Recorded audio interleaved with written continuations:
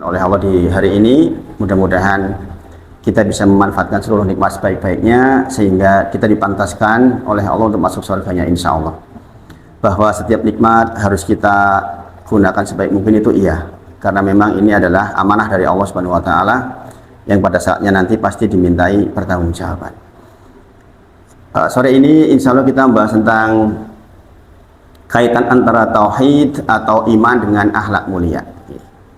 Ini judul yang baik, insya Allah kalau jangan perhatikan, mudah-mudahan bisa menjadi ilmu bertahap, insya Allah. Tidak selesai sore hari ini karena sore hari ini waktunya terbatas. Kita masuk ke mukadimahnya dulu, bahwa Nabi Muhammad SAW diperintahkan oleh Allah, dijadikan Rasul itu membawa dua misi besar.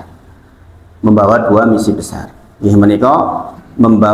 misi supaya orang-orang menyembah kepada Allah saja. Nah, ini disebut dengan tauhid. Orang meminta kepada Allah saja, memohon kepada Allah saja. Kalau dalam bahasa Arabnya, u'budullaha wahdah, hanya menyembah kepada Allah saja, dengan bersandarnya kepada Allah saja, dengan ngarep-ngarepe dumateng Gusti Allah mawon. Begitu, itu misi pertama, supaya jangan sampai jenengan bersandar meminta memohon kepada selain Allah. Itu misi besar yang pertama, itu. Yang kedua, misinya adalah untuk supaya orang berakhlak mulia. Di dua ini, jadi jenengan dihidupkan di dunia itu dalam rangka itu. Makanya definisi ibadah menika nopo-nopo ingkang Allah ridho, perkataan dan perbuatan lahir dan batin. Kalau bukan diridhoi oleh Allah, ya sudah, berarti bukan ibadah. Jadi jangan ukur setiap apapun yang jenengan lakukan harus bagian yang Allah cinta dan ridho. Kalau tidak, berarti bukan ibadah. Nah, di antara bentuk yang bisa menggambarkan, kalimat yang bisa menggambarkan atas itu adalah bahwa berakhlak dengan Allah itu artinya hanya menyembah kepada Allah saja. Itu namanya tauhid. Nah, sekarang berakhlak dengan manusia banyak sekali cabangnya. Maka dua-duanya ini sangat menentukan terkait dengan posisi kita di surga. Kita masuk surga dengan rahmatnya Allah Subhanahu wa ta'ala. Kita mendapatkan kemuliaan karena diampuni oleh Allah Subhanahu wa ta'ala. Tetapi kedudukan kita di surga bergantung kepada amal kita. Sekali lagi, kita masuk surga bukan karena amal kita, bukan. Kita masuk surga bukan karena amal kita. Terlalu kecil amal kita untuk menebus surga. Kita masuk surga karena rahmat Allah Subhanahu wa taala. Di situ. Kemudian kita menjadi mulia karena apa? Karena diampuni oleh Allah Subhanahu wa taala. Sekiranya nggak diampuni, ya kita banyak sekali dosanya, subhanallah. Nah, kedudukan kita di surga bergantung kepada amal kita. Maka kita beramal. Semakin banyak amal soleh kita, semakin tinggi pula potensi kita mendapatkan surga yang tinggi. Makanya Rasulullah perintahkan, mintalah, jikalau engkau meminta surga, maka mintalah surga Firdaus. Dia adalah ausatul jannah wa a'lal jannah. Dia adalah surga yang di tengah dan yang tinggi. Gitu. Jangan minta lahu iso dhewe ora apa-apa lah, surga ini iso dhewe paling ya penak. Penak mboten? Ya penak, nggih. Surga itu sak cilik-cilike niku 10 kali, sebagian riwayat mengatakan lebih dari itu, dari kenikmatan dunia dan seisinya. Maksudnya kalau ada raja yang dia menjadi raja bumi, semua bumi miliknya, kekuasaan di bawahnya dia, itu di surga itu 10 kali lipatnya itu surga terendah. Tapi kalau kita minta surga tertinggi, jangan ala kaya ngono ora apa-apa lah. Ben lah. Bukan begitu. Kita minta yang paling tinggi. Maksud minta yang paling tinggi berarti kita amalnya ya tenanan. Maka sekali lagi kita kembali bahwa Rasulullah diutus ke bumi itu dalam rangka membuat dua ini. Makanya orang yang Islamnya baik, imannya baik, tauhidnya baik, pasti akhlaknya baik.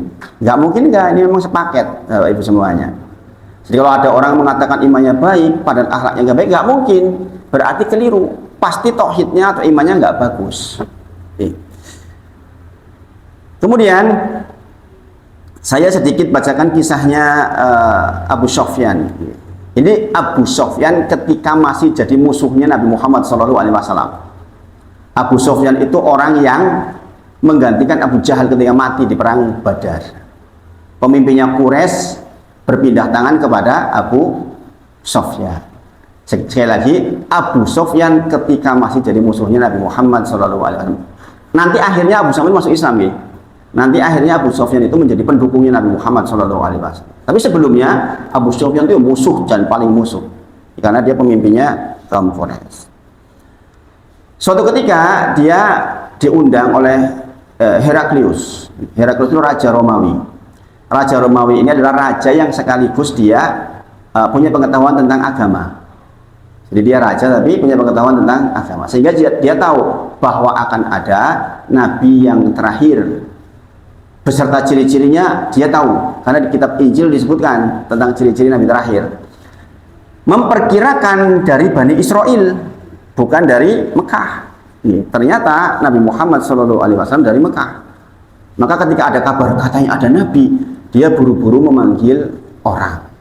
Salah satunya adalah yang dipanggil adalah Abu Sufyan beserta dengan kafilah dagangnya. Nah, kemudian ada beberapa pertanyaan yang ditanyakan kepada Abu Sufyan. Sekali lagi, Abu Sufyan waktu itu masih musuhnya Nabi Muhammad SAW. Nanti ada pesan, maksudnya saya ulang berkali-kali, ada pesan terkait dengan kalimat itu. Ditanyakan siapa di antara kalian yang paling dekat kerabatnya dengan orang yang mengaku Nabi, maka Abu Sufyan mengatakan saya, karena saya sepupunya. Kemudian maka ditanyakanlah beberapa hal. Yang pertama ditanyakan, nasabnya bagaimana nasabnya? Bagaimana kedudukan nasabnya? Maka Abu Sufyan menjawab, dia punya nasab yang tinggi, nasab yang baik di antara kami. Ingat Bapak Ibu semuanya, Nabi itu nggak ada yang nasabnya jelek. Jadi Nabi itu nggak ada, Nabi itu hasil perzinahan itu nggak ada. Nabi itu Bapak Ibunya wis nikah mesti. Gitu. Jadi ketika ditanyakan nasabnya bagaimana, maka dia dari keturunan yang baik-baik, dia keturunan bangsawan. Kemudian ditanyakan lagi, apakah ada orang lain yang pernah mengatakan seperti yang dikatakan Nabi Muhammad sebelumnya? Dikatakan tidak ada. Kenapa? Nek wis ono wong sing tau ngomong koyo ngono kuwi berarti mung tiru-tiru. Paham Bapak Ibu? Nah, ini ciri Nabi nih. Ciri Nabi. Jadi ciri Nabi itu membawa sesuatu yang baru sama sekali. Karena dia adalah risalah baru, menggantikan risalah yang lama. Atau dalam kasus dua kitab terakhir menyempurnakan. Menyempurnakan. Kemudian ditanyakan lagi, apakah bapaknya seorang raja? Nah, ini pertanyaan yang penting ini. Dijawab bukan. Kalau seandainya bapaknya seorang raja, dia bukan nabi dia. Kenapa? Dia mengaku nabi hanya karena ingin jadi raja lagi, mempertahankan kedudukan orang tuanya. Dia nggak ada kepentingan, bukan anak raja. Nah itu nih. Kemudian, apakah yang mengikuti dia orang-orang yang terpandang atau orang-orang rendah? Maka dijawab oleh Abu Sufyan, bahkan yang mengikutinya adalah orang-orang yang rendahan. Nih ciri Bapak Ibu semuanya. Makanya saya katakan dalam Quran surah Ali Imran 185 terakhir, "Wamal hayatud dunya illa mata'ul ghurur." Yang kemudian ditafsir oleh para ulama bahwa nikmat ini ingat-ingat ini bagian ini. Karena nikmat yang berupa kelebihan cenderungnya menjebak manusia dan gagal.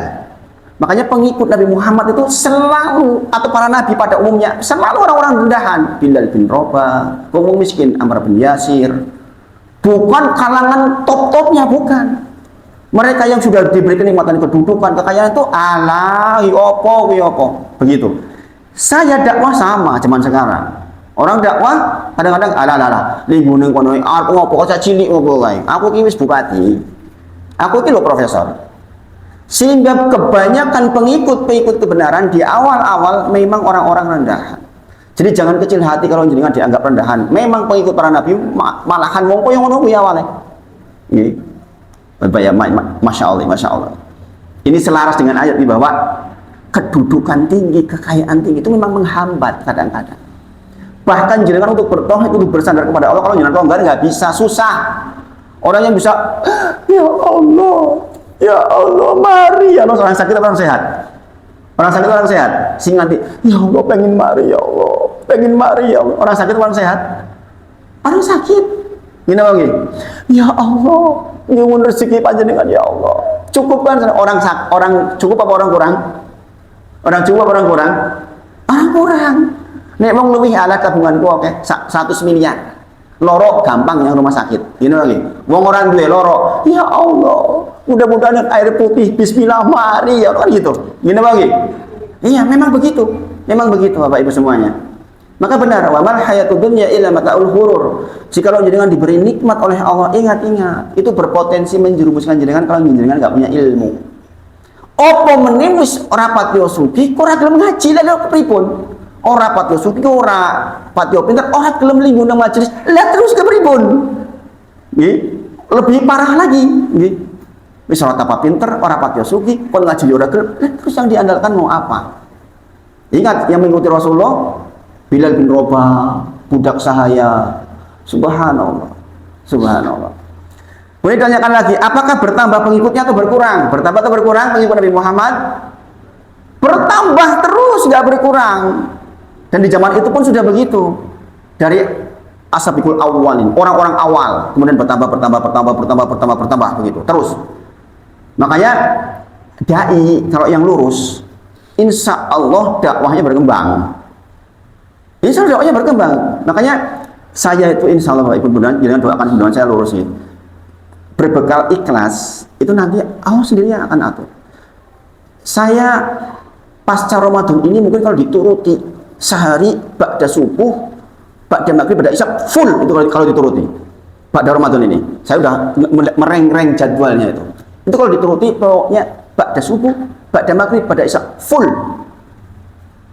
Saya tidak sedang mengklaim bahwa saya lurus, bukan, tapi saya berusaha lurus. Saya mengikuti jejak para nabi itu begitu. Begitu. Apakah bertambah? Bertambah. Kemudian, apakah ada yang murtad disebabkan dongkol terhadap agamanya? Abu Sufyan menjawab, enggak ada. Jangan ingat nih, niki sing ditangleti musuh Rasulullah. Nggih, yang ditangleti musuh Rasulullah. Jangan tahu tadi sebelum ditanyakan, nggih, Heraklius ngomong sama penerjemahnya, engkau nek kayak ngelombok ngapus, kamu bilang ya, tak aku sih genti, karena saya tahu kalau dia nabi itu kayak mana, kata Heraklius. Dan dengan Abu Sufyan, kata Abu Sufyan, kalau bukan karena saya takut dikira sebagai pembohong, maka saya akan bohong, membalik-balikan faktanya Rasulullah SAW. Tapi nggak bisa. Orang baik itu walaupun musuh, punya teman baik itu nggak bisa bohong mulutnya. Iya sih, aku jelek rodek, ini dia api aneh, pasti begitu. Jangan perlu tahu. Makanya kebaikan itu tetap akan menemui rohnya. Maka kita tuh berbuat baik aja, gitu. Orang kan menjadi susah karena berbuat buruk. Karena misalnya contoh, naudzubillah, pejabat A mau menyoal pejabat B, pejabat B bilang, ala, kowe korupsi toh, korupsi toh. Nek pengen kondo nih, tak kondo nih ganti. Orang iso apa? Gini apa saling menyandra, lebaran zaman sekarang istilahnya itu. Coba deh mau bersih, kan enak saja. Oh tak urus kowe. Ada apa? Nantang ganti, balik orang apa nggak bersih? Paham Bapak Ibu? Tadi dikatakan di sini, apakah ada yang murtad atau dongkol kepada Nabi Muhammad sehingga dikeluarkan? Nggak ada dalam sejarahnya. Adapun orang-orang murtad setelah itu kejadian khusus, bukan karena kedongkolan kepada agamanya Nabi Muhammad SAW dan apalagi secara pribadi kepada Nabi Muhammad SAW nggak ada. Kemudian, apakah dia pernah berlaku curang? Sebelum jadi Nabi sudah dikenal dengan Al-Amin. Buktinya apa? Orang-orang itu menitipkan barang-barangnya ke Nabi Muhammad SAW. Berarti amanah tenan. Nih, makanya Rasulullah bersabda, la imana, la amanata. Tidak ada iman bagi orang yang tidak amanah. Bayangin. Jadi makanya tauhid iman itu pasti akhlaknya baik. Karena kalau orang iman baik, tauhid baik itu pasti amanah. Enggak mungkin enggak amanah, enggak mungkin. Kata Rasul, tidak ada iman, la imana, tidak ada iman bagi orang yang tidak beramanah. Lagi bayangin coba, kalau nggak amanah berarti dia gompel imannya. Bahaya sekali. Bahaya sekali. Kemudian, apakah dia pernah berlaku curang? Aku jawab, tidak pernah. Ini ada kalimat begini. Ketika kami bergaul dengannya, dia tidak pernah melakukan itu. Andai saja bukan karena saya takut dikatakan bohong, saya mau berbohong. Saya mau bilang curang dia. Enggak bisa. Karena kenyataannya enggak curang Rasulullah SAW. Sehingga musuhnya pun mengatakan enggak pernah curang. Nah, jadi ngatur jadi profil seperti itu maksudnya. Jadi kepok sendiri punya musuh itu musuhnya kondok orangnya kaki Pak Pardiki wong apik. Aku jelas sih kalau ini dia wong apik. Begitu maksudnya. Paham nggih? Kan ada nggak orang begitu? Ada orang begitu ada. Kita nggak suka sama orang tapi kita mengakui aslinya dia, oh api dia api, pasti ada ya gitu ya. Dan itulah Rasulullah SAW. Apakah kalian memeranginya? Aku jawab iya. Dan peperangan kami berlanjut berulang dan berulang. Kadang saya menang, kadang dia menang. Gitu. Jadi kalau Ustadz diperangi biasa saja. Memang begitu. Jadi dakwah itu pasti ada yang nggak suka. Najan kondo api sudah berlaku baik, pasti ada yang berseberangan. Ada saja. Kenapa? Ada pembisiknya. Inna syaitona lil insani aduwwum mubin. Memang setan bagi manusia itu musuh yang nyata, dibisik-bisik. Begitu. Ada orang imam sudah bagus, ngimam sudah bagus, bisik-bisik orang kedawan, kepanjangan. Akhirnya di belakang, lagi kedawan nih. Wis api, wis pinter, wis penak. Orang mengatakan, wah penak ini dimami kayak enak tenan. Oh, wis ngono ala kedawan. Gitu. Jenengan jangan jadi yang begitu itu maunya. Kena bisikan kayak gitu, naudzubillah nggih. Jangan jadi kayak gitu. Kalau kayak gitu jenengan temannya Abu Jahal, Abu Sufyan waktu jadi musuhnya Rasulullah SAW. Kemudian, nah ini pertanyaan terakhir, pertanyaannya menjadi pokok pembahasan kita. Apa, nggih? Bagaimana? Apa yang diperintahkan dia, yang ngaku Nabi itu kepada kalian? Nah ini yang paling penting. Nggih. Maka Rasulullah menjawab, Abu Sufyan menjawab, ubudullaha wa la tusyriku bihi syai'a. Watruku ma yaqulu aba'ukum wa ya'muruna bis sholati wasidqi wal afaf. Abu Sufyan mengatakan Muhammad itu menyuruh kami untuk beribadah hanya kepada Allah saja. Kemudian wajruku mayakulu abaukum, untuk meninggalkan nopo-nopo kalimat orang tua mereka, orang tua kami. Maksudnya apa? Dulu orang-orang Arab Saudi itu, orang-orang jahiliyah itu suka bersumpah dengan nama selain Allah, demi bulan, demi Rasulullah, demi lautan. Nah, itu nggak boleh itu. Jadi mereka kalau bersumpah itu dengan nama selain Allah, yang betul demi Allah. Tapi kalau jenengan sudah demi Allah, yojo keliru tenan. Demi Allah keliru niku yo dengan niat ciloko. Niat ciloko. Demi bapak ibuku, ini nggak boleh. Nah dikatakan wajruku mayakul abaukum, ini ke sebagian kesyirikan. Wa ya'muruna bis sholati wasidqi wal afaf. Kemudian Rasulullah perintahkan kepadaku untuk sholat, menegakkan sholat, kemudian wasidqi. Nah ini wasidqi, berbuat jujur. Nah ini berarti setelah Rasulullah membawa pesan tauhid, yaitu menyembah kepada Allah, kemudian berbuat baik kepada makhluknya Allah. Jujur, dengan harus jujur. Nggak boleh bisnis curang, mengambil hak orang lain, menzolimi orang lain. Kemudian wasidqi wal afaf, dengan menjaga kehormatan diri. Orang Islam itu harus punya kehormatan, punya kehormatan diri. Kemudian berkata jujur, saling memaafkan. Afaf itu saling memaafkan. Kemudian menyambung silaturahim. Berarti yang dibawa Nabi Muhammad SAW ada dua hal, yaitu agar kita menyembah Allah, yang kedua agar kita itu berbuat baik kepada sesama. Maka Bapak Ibu semuanya, kita hidup di dunia itu hanya untuk itu sebenarnya. Hanya untuk itu. Kok jenengan sugih kaya apa? Ingat-ingat keperluan jenengan cuma sedikit. Berarti kalau sugih banget, jenengan sedang dikasih kendaraan oleh Allah dalam bentuk harta untuk masuk surga. Yaitu hartanya digunakan untuk keperluan sebanyak-banyaknya orang. Maka kalau Rasulullah bersabda, khairun nas anfa'uhum linnas. Sebaik-baik manusia adalah yang paling banyak manfaatnya buat orang lain. Ngapain jenengan kaya raya kalau cuma bermanfaat untuk diri sendiri tok? Berarti misi visinya hidup jenengan tuh kurang. Aku serajin kok, aku sholat kok, aku sedikit kok, duitku wis oke kok, umah aku semagro-magro, pra urusan tonggo, tiap loronan kono. Nah ini keliru. Ingat, setiap nikmat yang Allah titipkan kepada jenengan punya pertanggungjawaban. Jenengan dikasih sehat akan ditanya sehate ngopo. Jenengan dikasih kekayaan lebih dari keperluan jenengan ditanya ngopo. Bahkan pertanyaannya dua, dari mana Dan untuk apa? Khusus untuk harta itu. Kalau yang lain kan enggak. Dengan kesehatan enggak ditanya dari mana sehat, enggak. Untuk apa sehatmu? Untuk apa umurmu? Untuk apa sehatnya pandanganmu? Untuk apa sehatnya pendengaranmu? Tapi harta dari mana kau dapat dan dikemanakan? Jadi jangan pernah jangan berpikir mulia itu dengan banyaknya harta. Belum. Banyaknya harta akan menjadi mulia ketika menggunakannya betul. Dan itu butuh sabar. Sabar untuk tidak membelanjakan di jalan yang nggak pas. Bersabar untuk memberikan ke orang lain. Memberikan ke orang itu butuh sabar. Nggak kayak imam 20 yuto. Kan butuh sabar. Kalau nggak sabar, eman-eman lah. Eman-eman, gua aku dewe, aku yo iso kok. Butuh kok.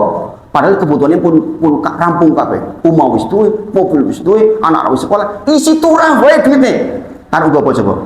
Coba kalau jangan nggak punya ilmu, cilokonya luar biasa. Karena pertanyaannya dari mana dan kemana? Masya Allah. Jadi itu Bapak Ibu, dari kisahnya Abu Sufyan ini kita tahu bahwa Rasulullah SAW itu diturunkan dalam rangka untuk mengajarkan tauhid kepada manusia dan agar manusia punya akhlak yang mulia. Ingat-ingat ya, ingat tujuan hidupnya ya cuma itu.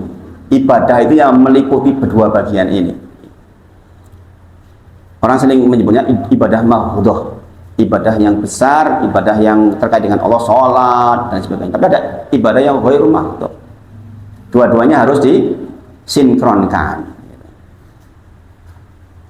Jadi pelajaran yang pertama, Abu Sufyan walaupun musuh dia berkata jujur, itu poin. Ini kebiasaan orang-orang Arab Saudi itu punya izzah, punya kehormatan diri. Mereka senang dengan menjamu tamu, sampai dikisahkan jamu tamu itu sampai piring-piringnya sampai ke atas. Senang dengan menjamu tamu, kemuliaan. Jadi kan kalau bisa tentu saja ini baik. Jadi saya simpulkan untuk prolog awal bahwa ini adalah misi-misi Nabi Muhammad SAW diturunkan ke bumi sebagai Rasul, maka adalah tauhid dan akhlak mulia. Ingat-ingat nggih. Jadi dengan takoni ngaji apa? Ngaji tentang tujuan Rasulullah diturunkan ke bumi. Kemudian adakah dalil-dalil yang mendukung tentang hal itu dalam Al-Qur'an? Banyak. Salah satunya adalah Quran surah An-Nisa ayat ke-36. Quran surah An-Nisa ayat 36. Wa'budullaha wa la tusyriku bihi syai'a wa bil walidaini ihsana, kata Allah. Kata Allah, sembahlah Allah wahdah semata. Esa. Jangan nggak boleh minta kepada yang lain. Karena masih banyak orang yang mengaku Allah sebagai pencipta tapi ketika ibadah kepada yang lain. Buktinya ketika dia mau laris dagangannya dia membutuhkan bantuan yang lain selain Allah. Nganggo raja-raja, nganggo keris, nganggo air doa dan. Nah, itu berarti dengan tidak wa'budullaha wa la tusyriku bihi syai'a. Ibadah hanya kepada Allah, jangan sekutukan Allah dengan Allah. Dan ini hal paling besar. Disambung dengan wabil walidaini ihsana. Nah, ini ada pelajaran yang kita ambil di sini. Kenapa kemudian digandengkan dengan perintah berbuat baik kepada kedua orang tua? Wabil walidaini ihsana. Ihsan itu berarti di atasnya baik. Untuk kedua orang tua kita harus yang paling baik. Ingat, dosa yang langsung dapat down payment DP di dunia adalah dosa uququl walidain. Dosa berbuat buruk pada orang tua itu langsung dipercepat, disegerakan di dunia sebelum di akhirat. Mengerikan. Makanya di sini dia digambarkan langsung setelah kita menyembah Allah, berbuat baik kepada makhluknya Allah, yang pertama, yang paling pol-polan kepada kedua orang tua. Ada seseorang, orang tuanya gila, betulan gila nih, suka ngamuk-ngamuk. Nih anaknya nak jamuk, ngobrol gitu. Ini ibu-ibu ini yang gila ini. Ini anak tetap dimandikan orang tuanya, dikasih makan, dikasih susu. Orang-orang bilang, loh ibu mungkin gendeng, iya ngapa dirawat? Kata orang ini, masya Allah, yang gila kan ibu saya kan waras. Kalau gila itu sudah tidak punya beban syariat, arep ngopong pun jenenge wong edan. Tapi saya kan waras. Yang waras itu masih dibebani syariat. Salah satu beban syariat anak kepada orang tua adalah anak berbakti kepada orang tua, kecuali saya yang gila. Paham Bapak Ibu? Paham Bapak Ibu? Paham ya? Najan wong tuane gendeng, nek anaknya waras, anaknya tuh masih punya kewajiban berbakti kepada orang tua. Pertanyaannya, kita gendeng apa waras? Gitu. Gini Bang, itu jadi pembicaraan ceritanya nih. Lah kowe ngopo ya? Kok eman men karo ibumu to? Ibumu wis koyo ngono, wis bojak baji kadang-kadang ngamuk-ngamuk. Lah kok itu begitu men? Jawabannya menakjubkan. Tidaklah gugur kewajiban seseorang sepanjang masih waras. Nah kita masih waras. Maka sepanjang kita masih waras ya kewajiban kita, walaupun orang tua kita mungkin ini ada di TV itu ada anak yang taekwondo katanya gitu, kemudian hilang 10 tahun, sekarang bicara orang tuanya begini dan begitu, subhanallah. Saya terus terang nggak setuju, meskipun banyak pendukungnya saya nggak setuju. Andalpun orang tuanya memang keras tenan, jangan keburukan orang tua diumbar. Nanti dia dapat balasan dari anaknya, subhanallah, mengerikan.